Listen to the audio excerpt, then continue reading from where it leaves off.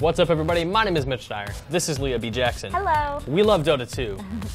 Leah, last week, Valve released the Compendium. Oh my gosh. It's a $10 thing that you can buy in the Dota store, but I had no idea what it was. So can you explain to people, what's the Compendium and why do I care? Sure. So the Compendium, this is the new version of the Compendium. The Compendium was sort of introduced last year for the International as sort of an interactive program for the big competition that's coming up. And that's like, the International is Valve's hosted Dota 2 tournament every year. It happens usually July, August, sometime in the summer. It's their big, like, all the teams come together, and it is the Dota 2 tournament of the year. It's hard to say. Indeed. So the Compendium is what people want to get in order to get ready for the International. It's got all the players that are listed, you know, when the matches are going to be, but more importantly, it's got cool stuff. And got a lot of cool stuff. This year, the cool stuff is even better. This year, the Compendium has been expanded. And also, another really important thing about the Compendium is that for the $10 that you purchase it, 25% of that revenue goes straight into the International prize pool. So that's a really big deal because it allows eSports fans to sort of give back to the players that they love so much. Yeah, so this thing is $10. It's on the Dota 2 store on Steam. You get it, you get the program, you get all the stuff inside of it, which we'll get to. And then, like Leah said, $250 of that goes to the Dota 2 prize pool. Started out, Valve starts up this pool, $1.8 million.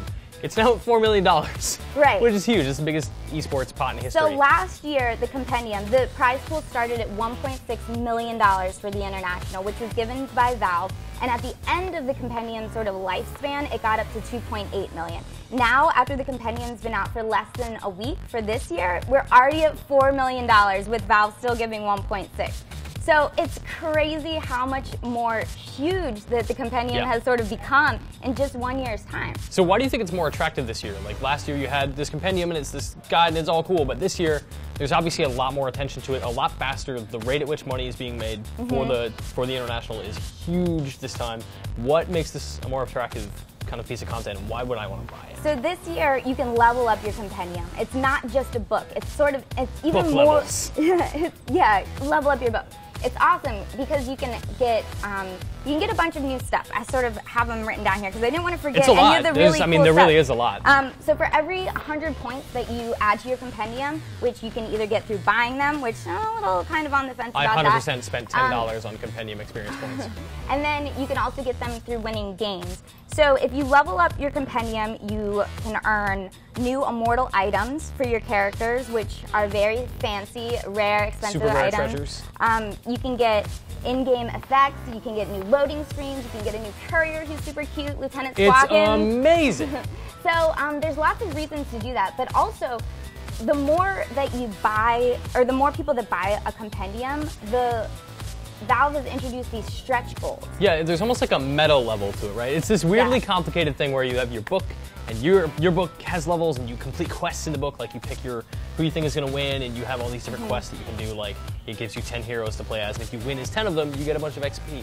Right. But beyond that, you have the grander meta thing of it, like as people spend more money, as more people unlock the Compendium, there's more stuff that everybody gets access to. Yeah, so it's not just you, like you were saying, it's just you and everyone gets stuff. So as we were saying, the Compendium has already reached, or the prize pool, I'm sorry, has reached $4 million.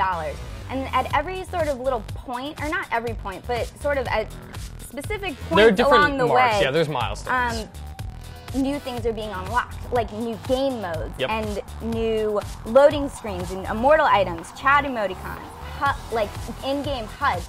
But the really cool thing about it... I feel like the chat emoticons are like way too expensive as a stretch goal. They're like the $3.8 million mark. But we got it. We finally got those $3.8 million emoticons.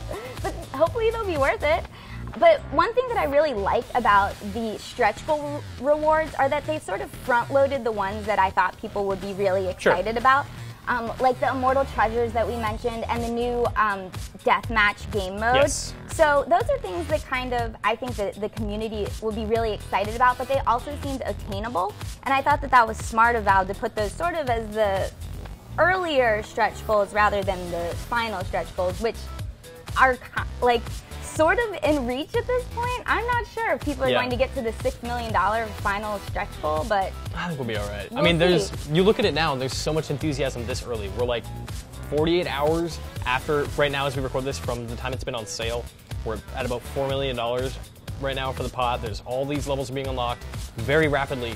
There is a huge enthusiasm for esports, and that's kind of huge. You know, like you look at the rate at which that pot is growing, and this is like a hugely beneficial way for Valve to kind of crowdsource the success of esports. Yes, and I think it's a good thing. I really like the Compendium and how they're allowing fans to give back, like we were saying.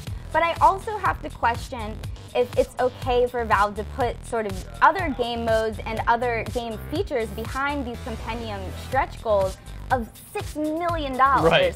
Like, sorry, we made it, but you don't get it because not enough of you bought our thing. Yeah, so I kind of wonder what you think about that and what you guys think about that too. Please let us know, because I think that that's definitely one of the questions that I'm left wondering. You know, should people be spending the extra $250 for the Compendium points on top of, you know, buying the Compendium in the first place? It's a little bit money grubby, but at the same time, you're adding to the prize pool. Sure. There's enough, I mean, it is a gray area, but there's enough incentives there for every player that you're going to get something out of it no matter what. Like, you buy the Compendium, you get some. That's huge. And I think that the value of the stuff that you're getting is definitely worth $10. So for me, I think my $10 was well spent. I got a Compendium. I know you did. 100%. What about you guys? Are you guys going to get a Compendium? Let us know. And then for more Leah B on Dota 2, you can keep it locked right here on IGN.